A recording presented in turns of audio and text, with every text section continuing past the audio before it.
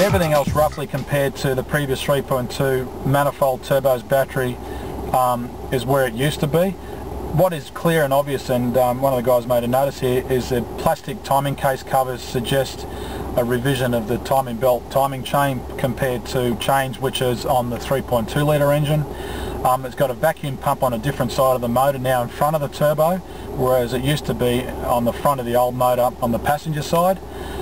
It's definitely quieter on startup and part throttle than the previous model, and the power steering is heavier, but it's actually quite nicer to drive. What else can I say? Speedo goes to 200 kilometres an hour. Never know whether it's quite capable of achieving that. Tacho red lines at 4.5, but runs above the red to 6, but of course you'll never achieve that either. One of the things that annoys me a little bit on some turbo diesel engines is that rattle that you get at different RPMs, and also the resistance of the engine to come back back to idle after you give it a blip of the throttle. But that's a characteristic of this type of engine. The other good things about the Triton, and similar in specification, obviously the Challenger, which is more of a family-based Triton turbo diesel, because the Challenger is built on the same chassis, except of course it's got a wagon type rear end, or if you're in the UK I think you guys call it an estate type model.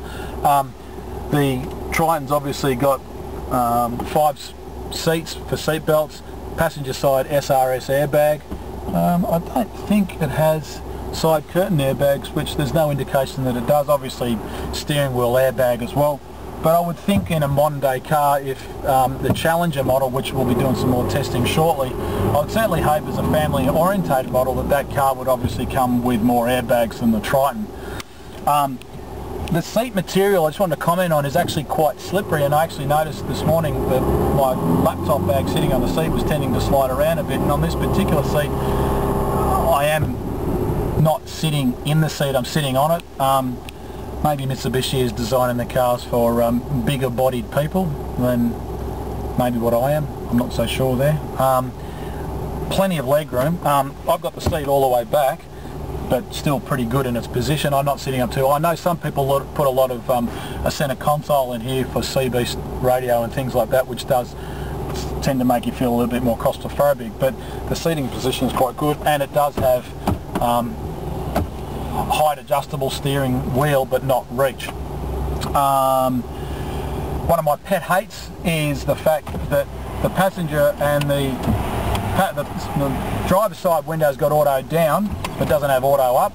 Modern day technology, there's no reason why Mitsubishi can't supply that, and I don't know why I can't have automatic down at least on the other windows.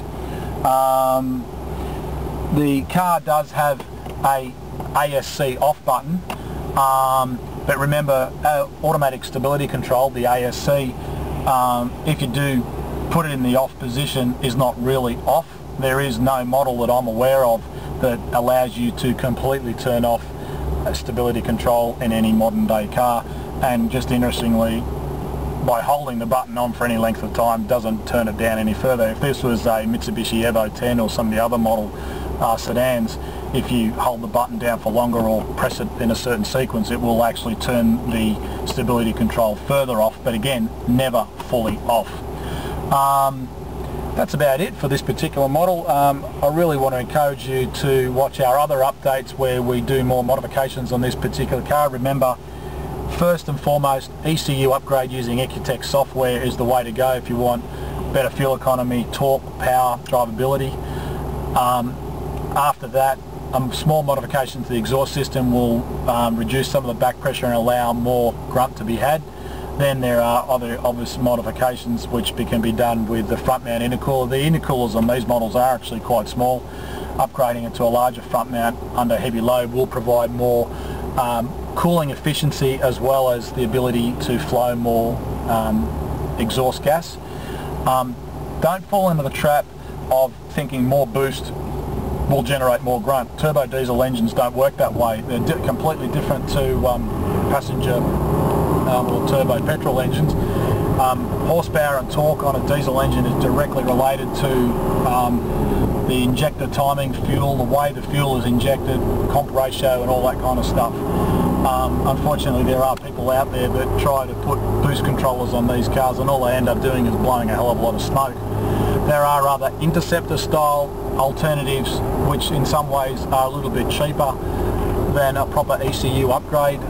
Some of them are plug-in non-adjustable, some are plug-in adjustable, but remember they only trick and fool the ECU into changing the settings. You don't get the improvement in the efficiencies of what you get with a true ECU tune using the Ecotec software, because you can't adjust it as much as what you can with Ecotec, as opposed to an interceptor style outside adjusting device. And of course, really, at the end of the day, there's not a huge difference in cost. The other big advantage is obviously you can follow more information from a dynograph, technical updates and videos online at our website, mrtperformance.com.au. Download the dynographs, download some audio files, go to our YouTube site, make some comments about our videos, because we look forward to your feedback. And of course, until our next update with the Triton Turbo Diesel 2.5 and the Challengers, I'm Brett Middleton. Thanks for watching. Bye for now.